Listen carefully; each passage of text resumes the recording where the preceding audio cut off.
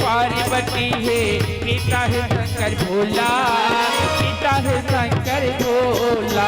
माता तोरे पार्वती है, पिता है शंकर भोला, पिता है शंकर भोला। लड्डू के खवैया स्वामी गजन कैसे तोला, गजानन कैसे तोला। गौरी के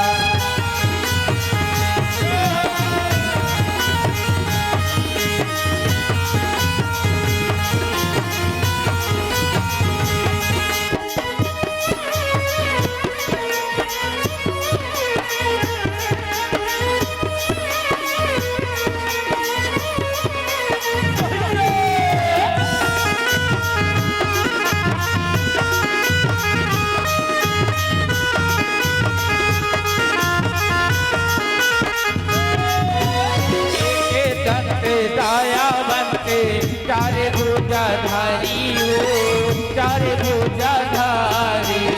एक दंते दाया बनते चारे भुजाधारी हो, चारे भुजाधारी। मुसवा के कहैया गजानन पेट हवे बड़ा भारी हो, पेट हवे बड़ा भारी। मुसवा के कहैया गजानन पेट हवे बड़े भारी हो, पेट हवे बड़े भारी।